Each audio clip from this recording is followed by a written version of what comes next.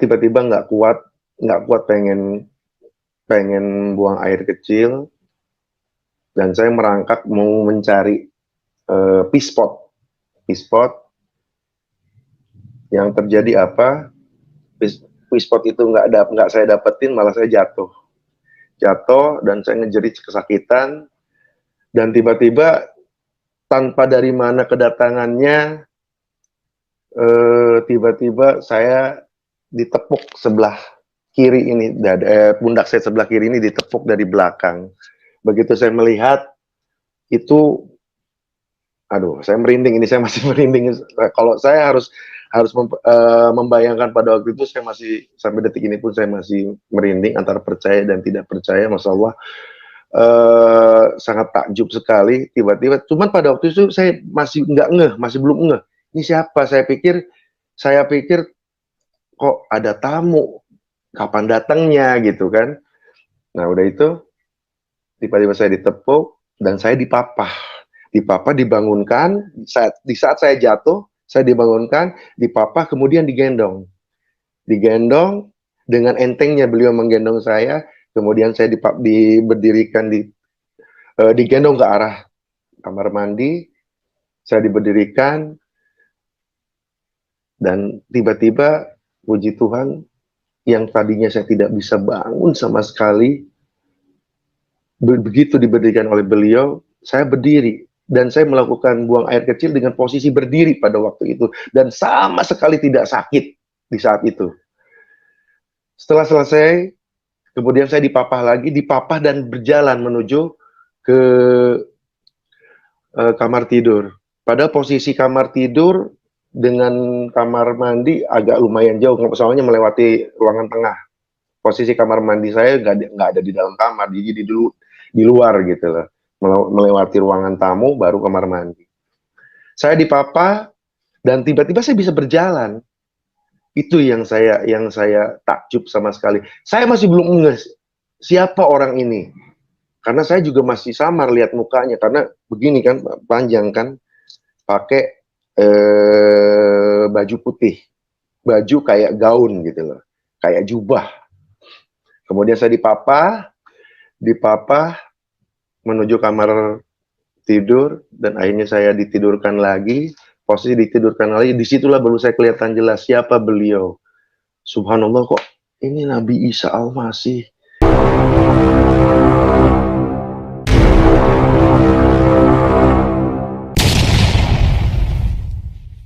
Video berikut. Jangan lupa like, share, subscribe. Metanoia Channel. Posisi saya tidak datang berobat, maksudnya posisi saya berobat itu pun saya pergi berobat di tandu pakai belangkar, karena saya tidak bisa bangun sama sekali. Dari hasil berobat tidak ada hasil sama sekali. Udah berobat selama 2 bulan lebih, tidak ada hasil, karena kebetulan di samping saraf kejepit saya kan mempunyai diabetes, gula darah yang sangat tinggi. Kebetulan diabetes saya diabetes basah, jadi nyambung gitu, jadi nggak bisa ngapa-ngapain. Saya juga makan tidak bisa, tidur tidak bisa. Yang hanya bisa lakukan, saya hanya berdoa menurut keyakinan saya pada waktu itu. Dan satu ketika, di saat saya berdoa, apapun juga saya hafal, doa-doa menurut ajaran saya pada waktu itu saya bacakan, saya dawamkan, sampai apapun juga, sampai melakukan sholat pun saya sambil tidur. Mungkin belum waktunya, dan dengan apapun juga saya lakukan, belum waktunya, tidak ada perubahan sama sekali, tidak ada perubahan. Saya sampai putus asa pada waktu itu, sampai istri saya bilang, jangan sampai saya putus asa seperti itu, karena saya sudah nggak bisa ngapa-ngapain lagi. Berdoa udah saya lakukan, ikhtiar udah saya kerjakan, tapi ternyata tidak ada hasil sama sekali. Dalam kurun 2 bulan, tidak ada hasil sama sekali. Tiba-tiba dalam satu malam, ini saya mohon maaf kalau saya masih, sebetulnya ini saya antara percaya tidak percaya saya bisa bersaksi seperti ini, karena hal sangat ajaib. Kemudian saya pun baru baru boleh dikatakan baru sebulan inilah saya menerima Tuhan Yesus sebagai juru selamat. Tepatnya 2 minggu kemarin saya baru dibaptis oleh Bapak Pendeta. Jadi saya secara bahasa, tata bahasa saya mungkin belum fasih lah seperti rekan-rekan atau saudara-saudara sekalian, karena mungkin saya masih fasihnya dengan keyakinan saya, dengan apapun perkataan di saat saya Muslim gitu. Jadi bahasa apapun juga. Jadi saya mohon maaf sama sekali. Mohon maaf sebelumnya. Baik, kembali ke kesaksian saya. Tiba-tiba dalam satu malam, tepatnya pukul 2:30 subuh, pada waktu itu istri saya tidur nyenyak. Jadi tidur nyenyak, tapi posisinya nggak di kamar, di kamar sebelah sana. Jadi ada kamar lagi. Saya tiba-tiba nggak kuat pengen buang air kecil, dan saya merangkak mau mencari pispot. Yang terjadi apa? Pispot itu nggak saya dapetin, malah saya jatuh dan saya ngejerit kesakitan, dan tiba-tiba tanpa dari mana kedatangannya, tiba-tiba saya ditepuk sebelah kiri ini, pundak saya sebelah kiri ini ditepuk dari belakang. Begitu saya melihat itu, aduh, saya merinding. Ini saya masih merinding. Kalau saya harus membayangkan pada waktu itu, saya masih, sampai detik ini pun saya masih merinding antara percaya dan tidak percaya. Masya Allah, sangat takjub sekali. Tiba-tiba, cuman pada waktu itu saya masih belum ngeh. Ini siapa? Saya pikir kok ada tamu, kapan datangnya gitu kan. Nah udah itu, tiba-tiba saya ditepuk dan saya dipapah, dibangunkan. Di saat saya jatuh, saya dibangunkan, dipapah, kemudian digendong dengan entengnya beliau menggendong saya. Kemudian saya diberdirikan, digendong ke arah kamar mandi. Saya diberdirikan, dan tiba-tiba puji Tuhan, yang tadinya saya tidak bisa bangun sama sekali, begitu diberdirikan oleh beliau, saya berdiri. Dan saya melakukan buang air kecil dengan posisi berdiri pada waktu itu. Dan sama sekali tidak sakit di saat itu. Setelah selesai, kemudian saya dipapah dan berjalan menuju ke kamar tidur. Pada posisi kamar tidur dengan kamar mandi agak lumayan jauh, soalnya melewati ruangan tengah. Posisi kamar mandi saya nggak ada di dalam kamar, jadi di luar gitu loh. Melewati ruangan tamu, baru kamar mandi. Saya dipapah, dan tiba-tiba saya bisa berjalan. Itu yang saya takjub sama sekali. Saya masih belum ngeh siapa orang ini, karena saya juga masih samar lihat mukanya, karena begini kan, panjang kan, pakai baju putih, baju kayak gaun gitu loh, kayak jubah. Kemudian saya dipapah menuju kamar tidur, dan akhirnya saya ditidurkan lagi.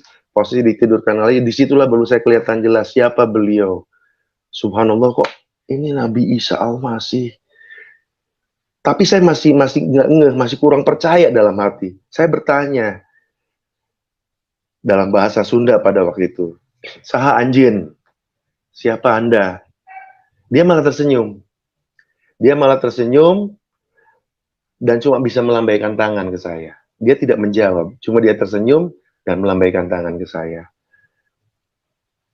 Begitu saya balikkan badan nih, mau tidur, posisinya tadinya duduk dulu mau tidur. Begitu saya balikkan badan gini mau tiduran, saya balik lagi ke arah orang tadi, udah nggak ada. Nah itu. Tapi dari situ saya berpikir, dan sampai subuh, sampai pagi pun saya nggak bisa tidur. Saya baru bisa tidur jam 8 pagi, dan jam 8 pagi sampai sore. Di posisi tidur itulah orang itu datang lagi dalam mimpi saya. Cuman yang kedua ini datangnya dalam mimpi pada waktu saat itu saya tidur. Dan beliau datang sambil berjabat tangan ke saya. Saya bertanya, "Anjeun anu datang tadi Andakah yang tadi datang?" Dia menganggukkan kepala. Kemudian dia berkata ke saya, aduh saya masih merinding ini. Berkata ke saya, dia cuma ngomongnya kayak gini, cuma dalam bahasa Sunda. Kalau di Indonesia kan, apabila kamu ingin selamat dan posisinya ada di jalan kebenaran, ikutilah langkah saya. Cuma itu yang beliau katakan ke saya. Kemudian dia tersenyum dan melambaikan tangan, nggak ada lagi, menghilang lagi. Tanpa ada kilauan, tanpa ada cahaya, pokoknya hilang aja gitu. Dalam mimpi itu. Di situ baru saya terbangun mimpi, terjaga mimpi, dan saya nggak bisa tidur lagi. Saya mikir aja, mikir pada waktu itu. Posisi saya pada waktu dipapa sama beliau ke kamar mandi, sampai balik lagi ke kamar tidur, merasa tidak sakit. Tapi di saat beliau sudah tidak ada, posisi saya sakit lagi. Sakit seperti semula lagi pada waktu itu. Nggak bisa bangun sama sekali.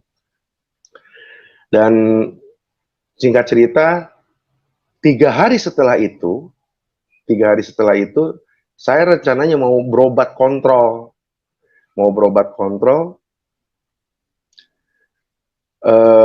Kontrolnya kan pagi tuh jam 8. Itu anak saya udah nyiapin tandu. Biasa saya pakai belangkar kalau mau kontrol. Tapi tiba-tiba orang itu datang lagi ke saya. Di saat anak dan istri saya tidak ada. Maksudnya posisinya tidak tahu gitu loh. Di saat saya mau bangun dan dia membangunkan saya dan saya ditarik. Ini datang dalam keadaan sadar dan saya ditarik. Ditarik dari tempat tidur, mau dipapahkan lagi, tapi tiba-tiba beliau coba begini tangannya ke saya. Kamu duduk aja, kamu duduk aja, dia bilang gitu. Dan kamu sudah tidak harus berobat, dia bilang gitu. Tapi dalam bahasa Sunda pada waktu itu. Akhirnya dia ngomong lagi ke saya, kalau kamu pengen selamat dan ada persis dengan apa yang dia katakan di dalam mimpi saya waktu 3 hari sebelumnya, waktu saya tertidur. Apabila kamu ingin selamat dan berada dalam jalan kebenaran, ikutilah langkah saya. Seperti itu lagi perkataannya. Dan kemudian saya didudukan, begitu didudukan saya balik lagi udah nggak ada lagi. Itu. Jadi saya bertemu beliau tuh, ini makanya, ini saya sampai mungkin kalau saya kemarin lihat ada yang bersaksi sampai nangis, yang siapa Dinar itu kan sampai nangis. Ini juga sebetulnya kalau memang misalkan saya cewek udah nangis kali. Udah nangis itu bukan berarti nangis apa. Saya terharu dengan apa mujizat yang Tuhan berikan ke saya gitu. Tanpa apapun juga. Saya berdoa dengan keyakinan saya, dengan bahasa saya, sholawat saya bacakan, tapi yang datang adalah Nabi Isa. Yang datang adalah Tuhan Yesus dan menyembuhkan saya hingga saya sampai saat ini. Itu. Ini mohon maaf saya juga keringetan. Jadi sebetulnya saya masih merinding ngomong seperti ini. Apalagi sekarang live gitu ditonton ribuan orang. Kenapa saya harus berkata demikian? Maksudnya biar orang tahu gitu. Biar orang tahu ini loh saya orangnya, saya buktinya. Makanya saya harus bersaksi. Wabil khusus ya buat teman-teman sesama muslim, maksudnya teman-teman yang tadinya sesama muslim, biar tahu juga ini kesaksian saya bukan rekayasa, bukan ya apa istilahnya acting lah, apalah ini itulah. Saya kok yang merasakan. Tingkat keyakinan dalam Islam, dalam ajaran Muslim itu ada 3. Pertama kabar yakin atau ilmu yakin. Kedua ainal yakin tuh, dan ketiga hakul yakin. Kabar yakin tuh apabila kita baru tahu kata orang atau kita baru tahu masih menurut cerita, itu baru disebut kabar yakin. Ainal yakin apabila sudah melihat, sudah terlihat oleh kita, itu ainal yakin. Dan hakul yakin itu apabila sudah terasa oleh kita. Dan saya melihat, tingkatan saya udah kedua, ainal yakin, dan saya melihat Tuhan Yesus. Saya melihat Nabi Isa. Hakul yakinnya apa? Hakul yakinnya saya sembuh. Saya sembuh tanpa harus saya berobat lagi. Itu hakul yakinnya. Dan ya, aduh, puji Tuhan pokoknya saya nggak bisa lagi mengungkapkan dengan kata-kata. Ya seperti itulah singkat cerita kesaksian saya dalam sampai detik ini, meskipun saya masih ya belum, emang masih agak sedikit sakit, tapi saya udah bisa berjalan, saya sudah bisa mengendarai motor lagi, saya sudah bisa kesana kemari tanpa harus berobat lagi ke alternatif itu. Terus eh, yang perlu saya tekankan di sini,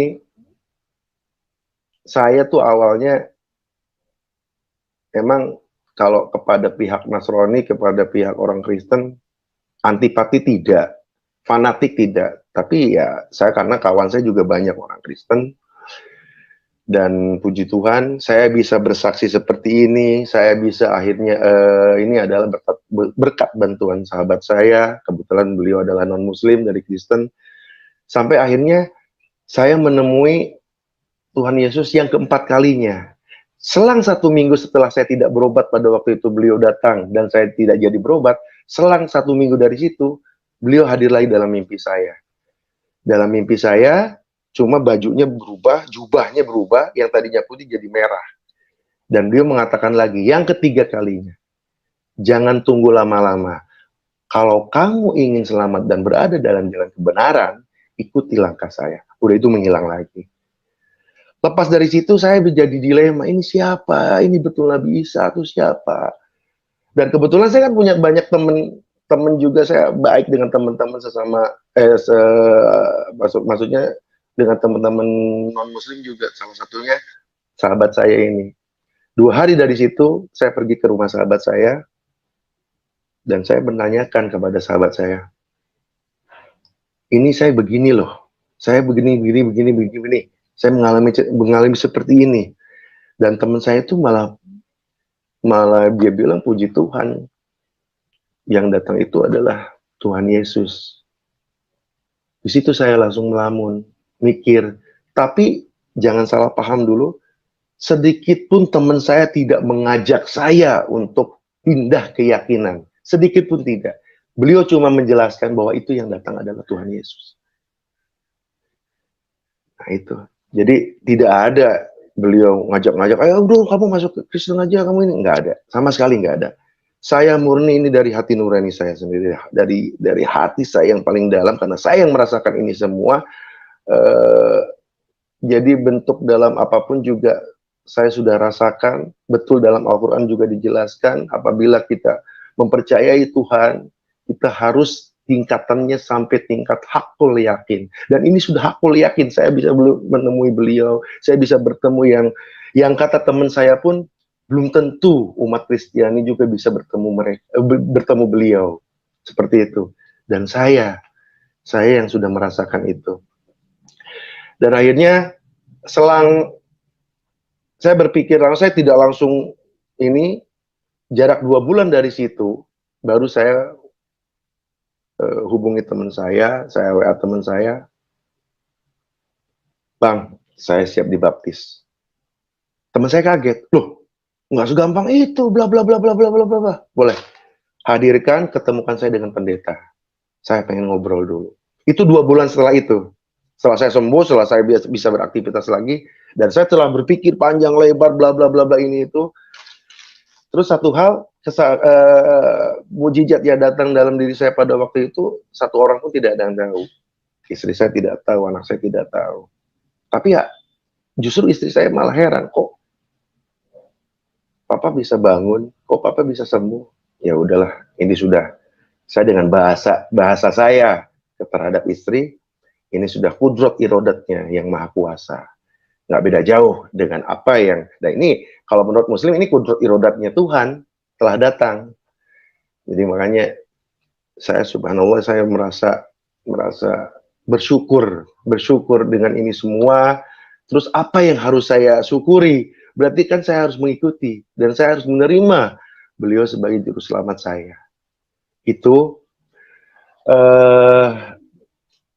terus setelah saya dibaptis, tepatnya 2 minggu yang lalu, perlahan-lahan saya mencoba untuk bicara terus terang dengan keluarga, yang mana keluarga dari istri pun sama,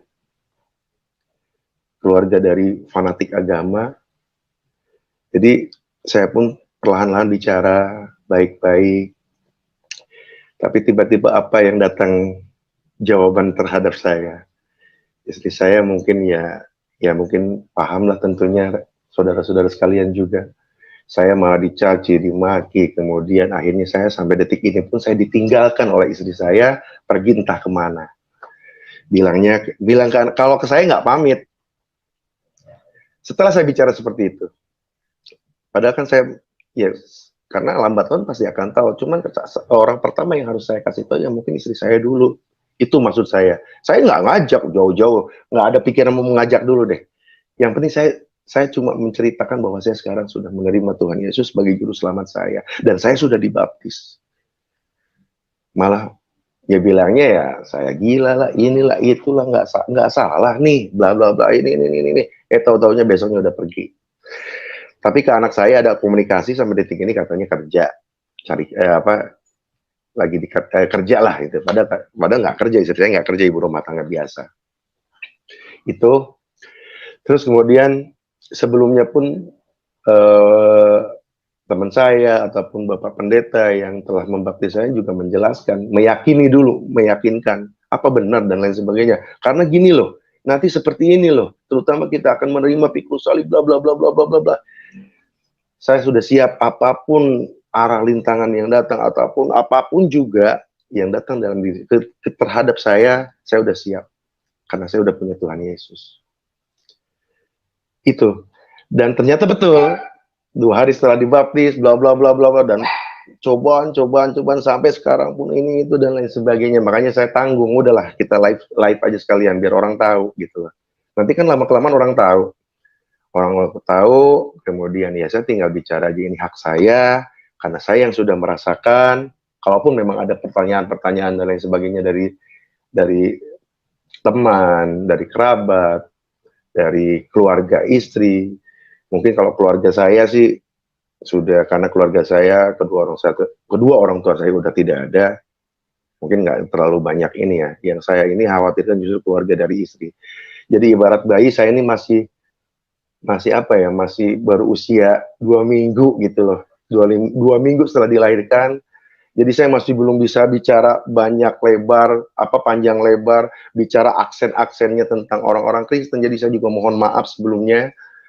Justru saya juga perlu bimbingan, perlu semuanya rekan-rekan juga, makanya selama ini saya selalu komunikasi dengan teman saya, karena cuma beliau lah teman yang terdekat dengan saya, juga saya butuh mentor seperti beliau, kemudian Bapak Pendeta yang membaptis saya, mungkin itu yang selama ini saya lakukan, demi menguatkan keteguhan iman saya, karena iman itu adalah keteguhan hati. Saya tidak mungkin gitu, jadi kalaupun memang ada orang-orang yang iming-iming duit, saya harus balik lagi ya, duit nggak berarti apa-apa ketimbang mukjizat ini yang udah saya terima, kesembuhan, sehat, jasmani, rohani, dan saya bisa beraktivitas lagi sampai detik ini. Mudah-mudahan ini semua menjadikan pelajaran, menjadikan ini hikmah buat kita semua.